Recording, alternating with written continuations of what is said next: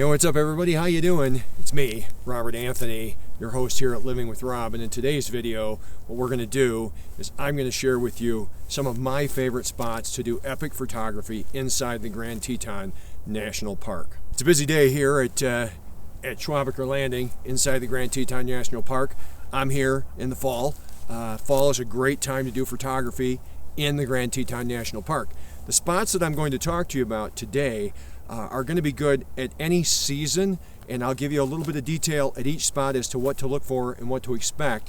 They're not season specific. You really can't go wrong anywhere in the Grand Teton National Park. So in no particular order, let me go ahead and talk to you about a few of these locations. You're going to find links in the description below, an approximate pin on the Google Maps that will help you to get to that spot should you decide that you want to do some photography there and spend some time shooting there.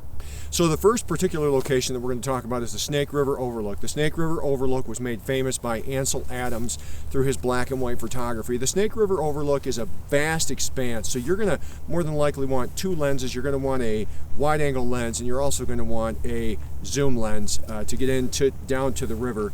Now, the fall time and the winter time, in my view, are going to be the best times to do any photography in that area. This is an easy spot to get to. It's just a drive up and walk out. In fact, all of these locations are going to be just hop out of your car and do photography. None of these are going to require any hikes. But the Snake River Overlook at sunset is going to be your best. You're going to get some light in your lens. I like to shoot with lens flare, so it works for me. Sunset at Snake River Overlook. Next on the list, of course, has to be Oxbow Bend. Oxbow Bend is one of the most iconic spots in all of the Grand Teton National Park to do photography. Oxbow Bend is it's on the more in the middle of the park near the Moran Junction, and this is an area that is epic for photography. It does not matter what time of year you go there. It is great, in particular for sunrise. Sunset is also not bad, but sunrise is going to be the preferred choice there. Tons of places to set up your camera. I recommend right at the parking turnout, the first parking turnout, which will be on your left. If you get in the spots right at the edge of that parking turnout facing the river, you're going to get the best framing of your shot for Oxbow Bend. In that particular area, just keep in mind, you are going to have a ton of photographers. You're going to want to show up early so you get the blue hour, as well as wait until the sun comes across and starts lighting up the aspen trees. Now, I've been here in the spring, and in the fall I have yet to do winter, but the fall to me has to be my favorite time with the colors and the yellows and the aspens all along the river. Do not miss Oxbow Bend. Get there early. Tons of photographers. Plan to do photoshopping to get them out of your shot for those that walk down along the river bend and get in the shot. You can also hike down to the river bend, which is not bad, and do your shot down there, but I recommend getting up above in the parking area. Even if you're shooting along some of the other turnouts along the bend, you're going to have great success there. Of course, Schwabacher Landing is also one of the more famous spots. You have a couple of different locations to shoot at Schwabacher Landing. Schwabacher Landing is going to be preferred at sunrise. That's going to be, I think, your preferred time. You want to get there probably an hour to 45 minutes before actual sunup, so you get some beautiful blue light photography over the landing. There are going to be two spots to find. One is going to be right at the bend, right at the base of the parking lot there. It is going to be busy in the morning no matter when you're there. Plan on a lot of photographers. The earlier you get there, the more likely you're going to get a good spot to set up your camera. Also, if you hike down about a quarter of a mile into the forest, there's another spot that's an iconic spot to get the famed Schwabacher Landing shot. This is a spot that allows for about 10 photographers, tripod to tripod, lens to lens. That's it. So you might want to get there at about 4 in the morning if you're going to do sunrise there. That's just the way it is. It's going to be busy, and if you're lucky, you might catch the moose that kind of habitates that area. That's always a great spot to be. But again, it's good at sunset, going to be much better at sunrise. Get there early. Next on the list has to be Mormon Row, the series of barns. This is going to be an area that to me is beautiful all times of the year. Spring is going to be replete with wildflowers all across the fields. Fall is going to have some gorgeous yellows in the aspens and the cottonwoods across the plain there. Also going to be very, very beautiful. I would imagine, and I've never been here in the winter, that it is just epic in the wintertime. Can't say that I want to do that in the kind of temperatures that they experience in the Grand Teton National Park, but nevertheless, Mormon Row at sunrise is one of the One of the key spots, I did the TA Moulton barn. I've done both barns. TA Moulton is really a great one.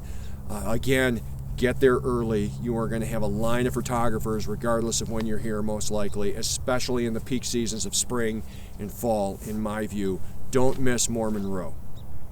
A couple of other great spots is going to be Elk Ranch Flats. Elk Ranch Flats is going to be an area that is, you're going to see a lot of photographers lined up along a farm fence. There's a horse herd that grazes that field. This is going to be best at sunrise or post sunup, about an hour after sunup, when the sun starts really turning the golden rays across the field, a gorgeous warm hue. You're going to love that area, framing the horses in and getting the mountains in the background. I know that you're going to love that spot there. I loved it. Take a long lens because the horses are quite a ways out there. You're going to need that to get in there tight like you need to get a good shot.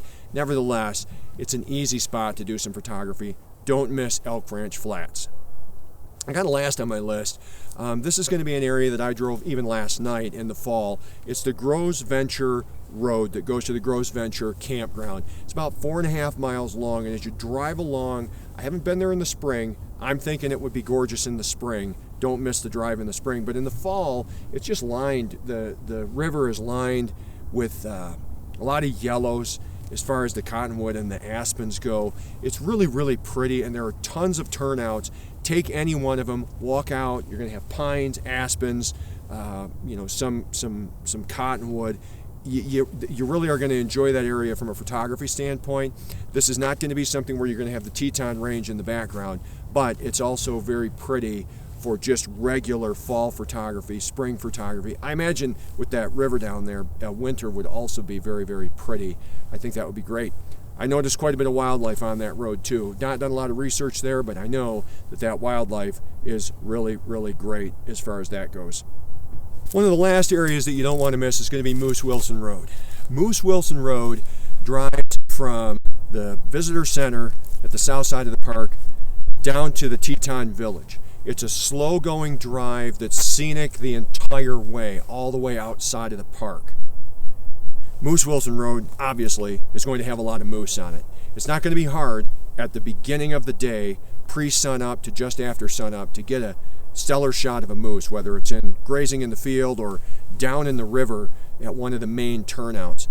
The moose activity, from my experience, is in that first half a mile to 3/4 of a mile, and then after that you're going to start getting into black bear activity. This drives by the J.D. Rockefeller Center.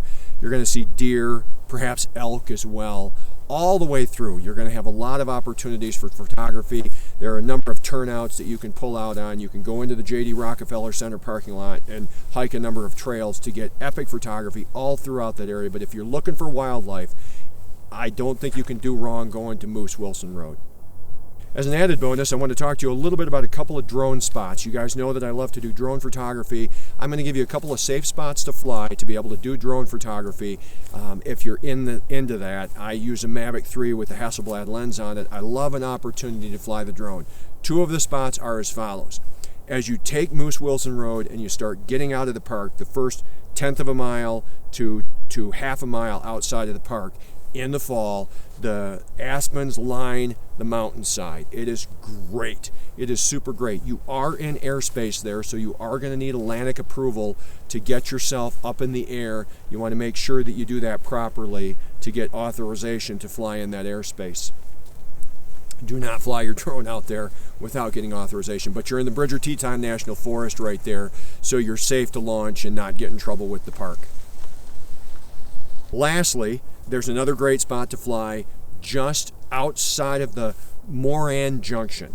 If you drive on 26 away from the park on the Moran Junction, you'll get just outside of the park. The Grand Teton National Forest starts there. There's some low fields with some beautiful river, but there's also a lot of mountainous hillsides where you can fly your drone and get photography legally, getting the mountain range in the background. I recommend in the fall, mostly because the aspens line all of these hillsides, and it was just stunning with regard to the views that I could get with the aspens and the pines throughout that whole forest range there. Don't miss that. You really want to do that. But I want to caution you on one thing. As you drive out of there, you drive into the Grand Teton National Forest, out of the Grand Teton National Park, but The Grand Teton National Park does intersect that road for a very brief period as you're driving on 26. Again, kind of it just cuts across it there for a second. You want to make sure when you're launching using an app that you have at your disposal that you're not inside the park boundaries when you launch your drone. That's against the law. You're not in any airspace there. You don't need to worry about getting yourself into trouble if not getting an authorization, but just be careful there that you're not inside the national park when you launch. Again, I use Gaia GPS to make sure that I've got the right borders and I'm in the forest and not the national park. That's about it as far as my thoughts on photography in the Grand Teton National Park, some of the most epic spots that you can get to. And again, there are going to be links in the description below, pins to each of these spots, at least give you an idea of where you might be able to see wildlife, get fall photography, get springtime photography, get sunrise photography, get sunset photography. Yeah, you can't just, there's just so much here, it's just not even funny. So I hope you found this video helpful. If you could, I'd love it if you'd like, subscribe, hit that bell notification so you'll know when the next video is coming out. And moving forward, look for more photography coming up. I know you'll love it.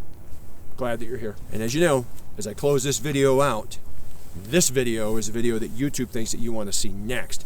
This playlist is all things photography for those of you that love doing the photography thing. And of course, if you click the circle, you're going to be subscribed. I would love it if you were on board with us. I'll see you in the next one. Rob out.